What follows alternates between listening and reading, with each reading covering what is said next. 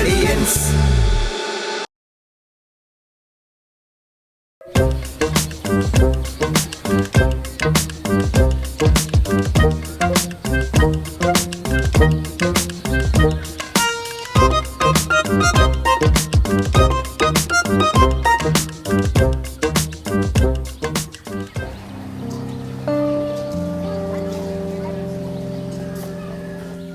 നമ്മുടെ പുരുഷന്റെ ജീവിതത്തില് വളരെ സന്തോഷമുള്ളൊരു ദിവസമാണെന്ന്.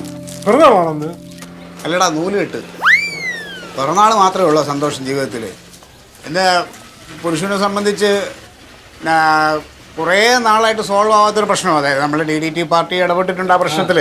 RDP ഇടപെട്ടു, പല പാർട്ടിക്കാരും ഇടപെട്ടിട്ടും സോൾവ് ആവാത്തൊരു പ്രശ്നം അതിന്ന് സോൾവ് ആയിരിക്കണം. ദൈവത്തിൻ്റെ ഒരു അനുഗ്രഹം കൊണ്ട് അത് സോൾവ് ആയി. ആ സന്തോഷം പുരുഷ തന്നെ പറയട്ടെ എല്ലാവരും. എൻ്റെ ഓർമ്മ വെച്ച കാലം മുതൽ ഞാൻ കാണാൻ തുടങ്ങിയതാ അച്ഛൻ കോടതി കയറി ഇറങ്ങുന്നു. അച്ഛൻ വക്കീലായിരുന്നു? അല്ല, മജിസ്ട്രേറ്റ്. ബാബോ, ഞങ്ങൾക്ക് ആകെയുള്ളത് 3 സെൻറ്റാ. അതിനകത്താണെങ്കിൽ വഴിയില്ല. മുന്നിലെ ഉടമയാണെങ്കിൽ വസ്തു ഉടമയാണെങ്കിൽ വഴി തരുന്നേയില്ല. അച്ഛൻ കേസ് പറഞ്ഞ് അച്ഛൻ ഇപ്പം കിടപ്പിലുമായി.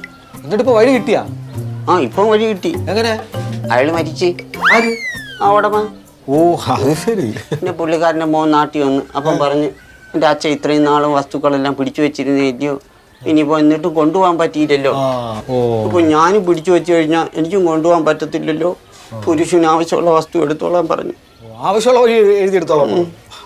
അതല്ലേ, അത് ചില കാര്യങ്ങൾ അങ്ങനെയാണ് സാറേ. നമ്മൾ ഇനി ആരിടപെട്ടാലും തീരാത്ത കാര്യങ്ങൾ മേളിലിരിക്കണം വിചാരിച്ചാൽ എനിക്ക് അങ്ങനെ എന്തോ ഒരു അനുഭവങ്ങൾ ഉണ്ടായിട്ടുണ്ട്. അപ്പോൾ അതുകൊണ്ട് എന്തായാലും ആ ഒരു സന്തോഷമാണ് വിഷു. ഇനിയിപ്പം വിഷു വഴിയെല്ലാം വെട്ടിക്കഴിഞ്ഞിട്ട് വീട്ടിലൊരു ചെറിയ ഫംഗ്ഷനൊക്കെ നടത്തുന്നുണ്ട്. നമ്മളെല്ലാവരും കൂടെ വഴി വെട്ടാൻ നമ്മളെല്ലാവരും ഒന്നും നമുക്ക് കാറ് കയറുന്ന വഴി തന്നെ എടുക്കാണോ? ഒരു കാറൊക്കെ വാങ്ങിക്കണ്ടേ?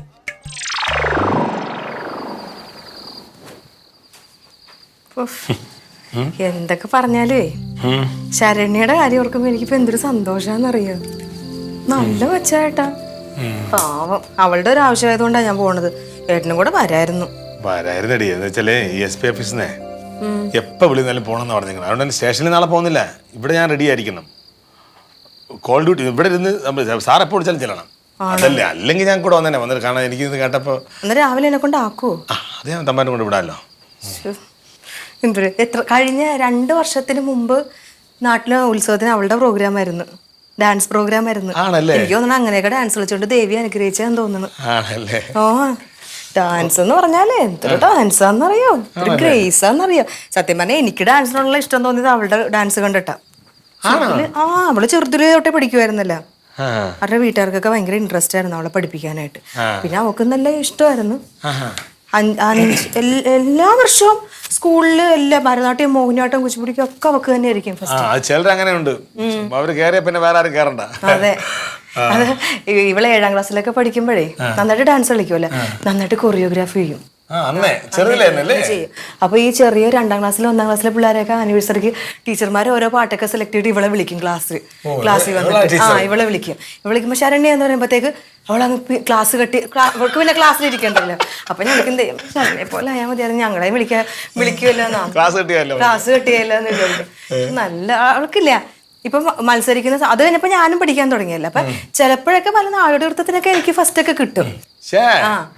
അപ്പൊ അവൾക്ക് എന്തൊരു സാധാരണ അവളാണല്ലോ സ്കൂളിലെ ഭയങ്കര ഡാൻസ്.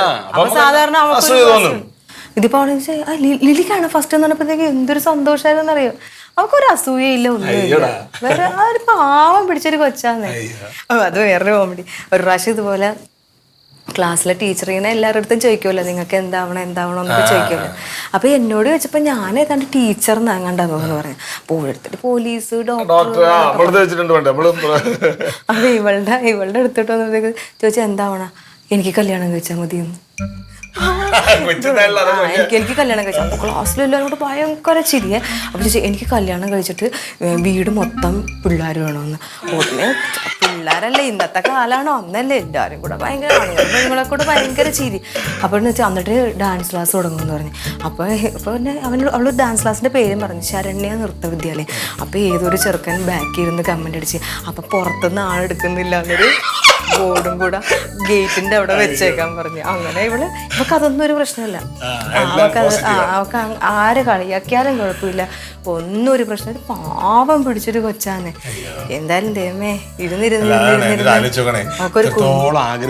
ഏട്ടാ നമ്മുടെ കല്യാണത്തിനൊക്കെ മുമ്പായിരുന്നു അവളുടെ കല്യാണം. 13 വർഷം കണ്ടായി. നല്ലൊരു ഇപ്പൊ എത്ര വയസ്സായി? അപ്പൊ കൊച്ചുണ്ടായിരുന്നെങ്കിൽ ഇപ്പഴാ.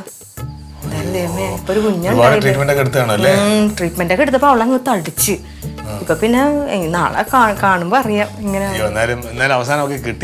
അതെ, അതാ ഞാൻ പറഞ്ഞത്. 2 വർഷത്തിന് മുമ്പ് അവളുടെ പരിപാടി ഉണ്ടെന്ന് പറഞ്ഞില്ലേ, അത്രക്ക് അടിപൊളി പരിപാടിയായിരുന്നു. ആ ചിലപ്പോ ദേവി അങ്ങനെ കനിഞ്ഞതായിരിക്കും. നമ്മള് ഒരുപാട് ആഗ്രഹിച്ച ചിലപ്പോ ഇതാണ് കാണാം. നമ്മളെ തന്നെ ദൈവം ഇങ്ങനെ പരീക്ഷിക്കുന്നുള്ളതാണ്. എന്തായാലും നന്നായി. ഞാൻ വരാടി. ഞാൻ എന്തായാലും ഇത്രയും നല്ലൊരു കൊച്ചിനെ ആയല്ലേ. ഇങ്ങനെ ശരണ്യ നല്ല മനസ്സല്ലേ ഒക്കെ അല്ലേ. എന്നെ കൊണ്ടുവിടത്തില്ലേ? നീ അപ്പൊ അവിടെ ആരൊക്കെ ഉണ്ട്? അവിടെ നിത്യയുടെ ഹസ്ബൻഡ് വരുന്നുണ്ടെന്നാ പറഞ്ഞു. പിന്നെ ആരൊക്കെ 5 മണിക്ക് പോയാ പോരെ എനിക്ക്? 5 മണിക്ക് 4:30 അലാറം വെക്കണം. ഒന്ന് റെഡിയാവണ്ടേ? 4 മണിക്ക് വെക്കി. 4 മണിക്ക് വെക്കി.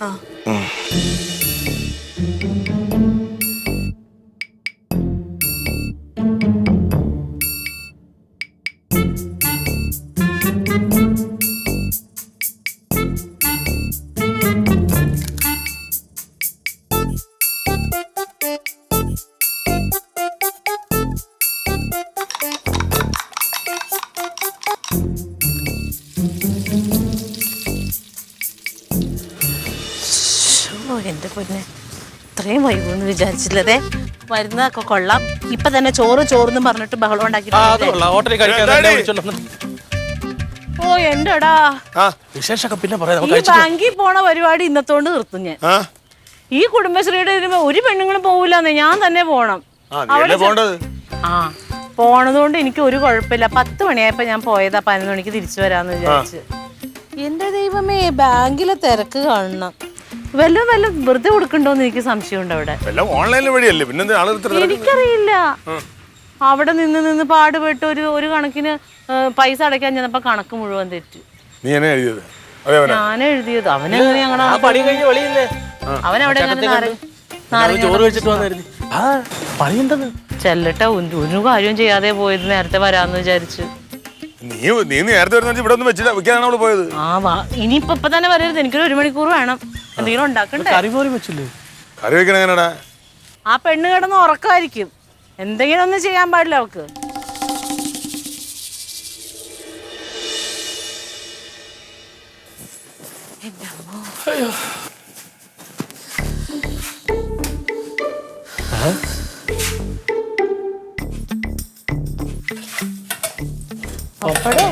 മുട്ട, വെണ്ടയ്ക്കത്തോ,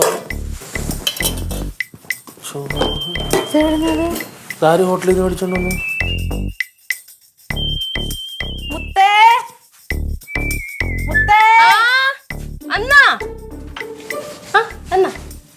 ആരാ ഹോട്ടലിൽ പോയത്? ഞാൻ ഉണ്ടാക്കി. പോയി മേടിച്ചോണ്ട് വന്നെന്ന് പറ. അയ്യോ, രസവും വെണ്ടയ്ക്ക വിഴുക്കുകൊടുത്തേയും പപ്പടവും മുട്ട ഒഴിച്ചും ചോറും ഞാൻ ഉണ്ടാക്കിയ. ഞാൻ വെച്ചാ സത്യ.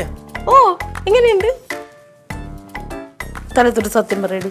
അമ്മയാണ്, എന്റെ ഡാഡിയാണ്, എല്ലാവരും സത്യം. മാമനാണ് എന്ത് തോന്നി വെച്ചാ അമ്മ രാവിലെ ഇല്ല. അപ്പൊ അമ്മ എപ്പ വരുമെന്ന് പറയാം. വന്നിട്ട് പിന്നെ വെച്ചാ ലേറ്റ് ആവും. ഞാൻ രാവിലെ എണീച്ച് വെച്ചു. എന്നെ ധൈര്യമായിട്ട് കെട്ടിച്ച് വിടാം എന്നൊരു സിമ്പൽ ഇതി ഒളിഞ്ഞ് കിടപ്പുണ്ട്. അതൊന്നുമല്ല, എന്റെ അമ്മയെ ഞാൻ സഹായിച്ചതാണ്. എന്റെ പൊന്നാണ് കേട്ടോ. അമ്മ ഉറപ്പായിട്ടും വിചാരിച്ചില്ല ഇത് ഇങ്ങനെ ചെയ്യുമെന്ന് വിചാരിച്ചില്ല. ഞാൻ വന്നിട്ട് ഇനി എന്തെങ്കിലുമൊക്കെ ചെയ്തിട്ട് വേണമല്ലോ ഉണ്ടാക്കാൻ. നിന്നെ 2 വഴക്ക് പറയാനോ വന്നത് അമ്മ. നല്ല വിശപ്പോടാ ഞാൻ കണ്ടപ്പോ മനസ്സും വയറും ഒരേപോലെ. ഞാൻ നല്ലോണം വച്ചിട്ടുണ്ട്. ഇനി ടേസ്റ്റ്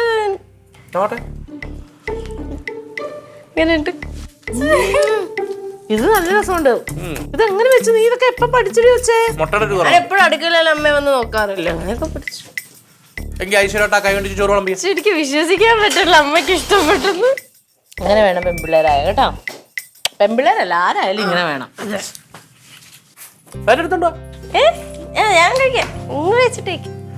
പൊളിച്ചേട്ടോ. മോൻ കഴിച്ചാ? ഇല്ല, ഞാൻ പിന്നെ കഴിക്കാം. ഒരുമിച്ച് കഴിക്കാം. എന്റെ കൊച്ചു ഉണ്ടാക്കിയതാ, ഞാൻ ഒന്ന് കഴിക്കട്ടെ. ഇരുന്നാലും മേഡം. ഇനിയിപ്പോ ധൈര്യമായിട്ട് എനിക്ക് വീടൊക്കെ ഏൽപ്പിച്ചിട്ട് പോകാം. അമ്പടിക്ക് പൊളിച്ചേട്ടാ. ഈ ചോറൊക്കെ വാർത്തപ്പോ പേടിയായില്ലേ? കാലൊന്നും കൈയൊന്നും പൊള്ളിക്കാഞ്ഞത് കാര്യം. അത് ഞാൻ തുണിയൊക്കെ പിടിച്ച്. ശരിടാ, എനിക്ക് കുറച്ച് മതി, കുറച്ച് കറക്റ്റ് അല്ലേ? തുണി പോലുള്ള ചോറ്. ഇച്ചിരി വെന്തിട്ടുണ്ട്, എന്നാലും നല്ലതാ. അത് ഇട്ടപ്പോഴാണ് ഞാൻ മുട്ട പൊരിച്ചത്. അപ്പൊ എനിക്ക് അങ്ങോട്ട് ശ്രദ്ധിക്കാൻ പറ്റില്ല, ഇതിലായിപ്പോയി. എന്നാലും എനിക്ക് വിശ്വസിക്കാൻ പറ്റണില്ല.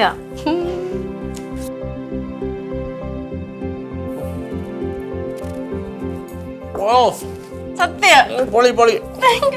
തങ്കച്ചേട്ടത്തിന്റെ കൈപ്പുണ്യം എന്നാലും എന്റെ കൊച്ചിന് കിട്ടിയിട്ടുണ്ട് കേട്ടോ. മുട്ടട് മുട്ടട്. ഞാൻ രസം കൂട്ടി കഴിക്കട്ടെ. കുറച്ച് കഴിച്ചോ? കുറച്ച് കഴിക്കേ. കേട്ടോ അമ്മ, എനിക്ക് ഭയങ്കര സന്തോഷായി. ആണോ? എനിക്ക് തോന്നുന്നു എന്റെ ജീവിതത്തില് അമ്മ ഇന്നാണോ അമ്മ എന്നെ അംഗീകരിച്ചേ. ഭയങ്കര സന്തോഷം. നമ്മളൊരു നല്ല കാര്യം ചെയ്യുമ്പോഴേ എല്ലാരും നമ്മൾ അംഗീകരിക്കും. മാമന്റെ ലൈഫില് ഏതായിരുന്നു ഇതുപോലത്തെ ഒരു മൊമെന്റ്? എനിക്കിപ്പോ ഇതാണ് സന്തോഷം തോന്നുന്നത്. സന്തോഷം, സന്തോഷം. മക്കള് ചോദിച്ചപ്പോ ഞാൻ ആലോചിക്കണം. അങ്ങനെ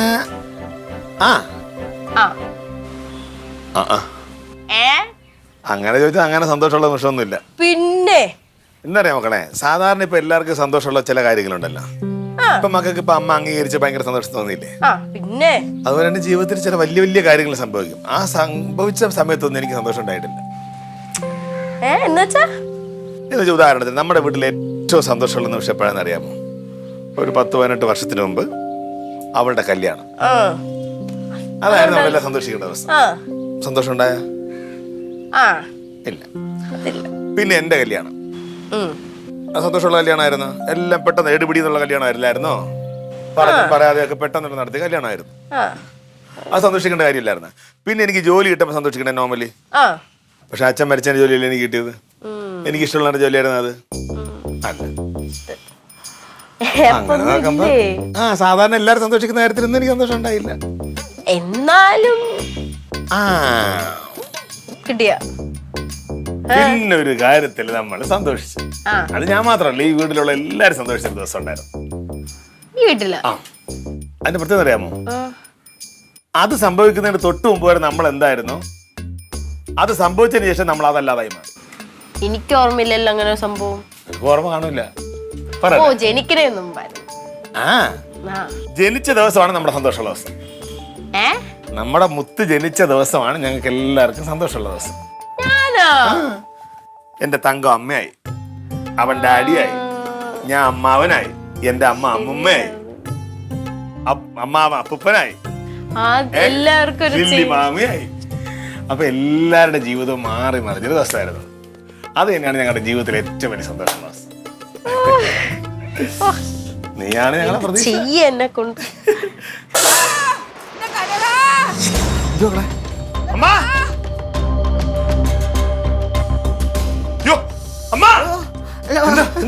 ഹലോ മക്കളെ, ഞാനേ അല്ല ഞാൻ എന്റെ കാലും കയ്യും ഒന്ന് കഴുകാനായിട്ട് ഒത്തിരി വെള്ളം ചൂടാക്കി. കുഴപ്പമില്ല. ഇത് എന്തിനമ്മ ഇത് ചെയ്യാൻ പോയത്? തണുത്ത വെള്ളം ഒഴിക്കണം.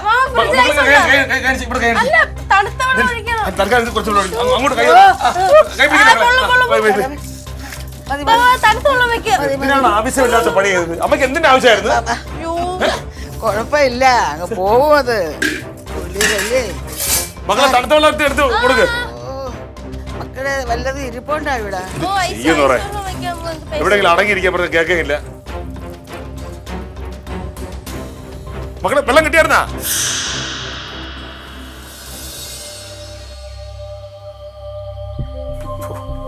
പേടിച്ചു എന്നുള്ളതാണ്.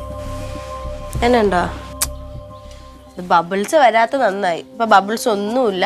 ഒരു 3 ദിവസം കഴിയുമ്പോൾ ഇത് പുറത്തോളും. പക്ഷെ സൂക്ഷിക്കണം. അതായത് കുളിക്കരുത് 2 ദിവസത്തേക്ക്. കുളിക്കലെന്ന് വെച്ചാൽ വെള്ളം നനയരുത് ഈ ഭാഗത്ത്. പിന്നെ മാമ പേസ്റ്റ് ഇപ്പൊ തൽക്കാലത്തേക്ക് ഇട്ടേക്കാണ്. വൈകിട്ട് ബേണിന്റെ ഒരു മരുന്നുണ്ട്, ഒരു ഇത് ഓയിൻമെന്റ്, അത് മേടിച്ചോണ്ട് വരണം, മറക്കല്. അതൊരു 3 നേരം കൂടി ഇട്ടാൽ പെട്ടെന്ന് കൊടുക്കും. വേനില്ലല്ലോ. ഇത് കൈ സൂക്ഷിക്കണം, ഇത് ഇങ്ങനെയാണെന്ന് അറിയണം. എവിടെയെങ്കിലും കൊണ്ട് ഒരക്കരുത് വെച്ചോ. ആ ഇനി തുണിയൊക്കെ ഇട്ട് പിടിക്കണം കേട്ടാ, വെള്ളമൊക്കെ ചൂടാക്കുമ്പോ. ചുമ്മാ സോഫ്റ്റ് സ്കിന്നാണ്. ആരിത്? ഡോക്ടറാ?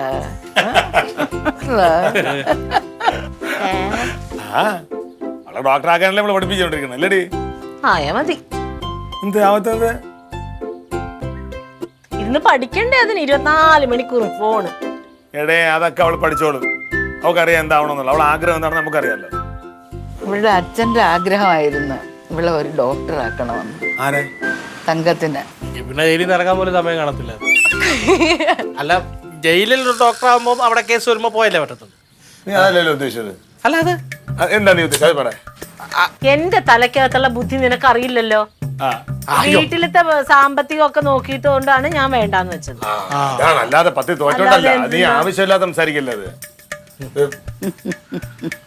അല്ലടി, നമുക്ക് നമ്മുടെ കൊച്ചു ഡോക്ടർ ആവൂല, പിന്നെന്ത് വേണം? അത് തന്നെ. അവളല്ലേ പഠിപ്പിച്ചോണ്ടിരിക്കുന്നത് നമ്മള്. എനിക്ക് പറ്റാത്ത എന്റെ മോളെ ഞാൻ ആക്കും.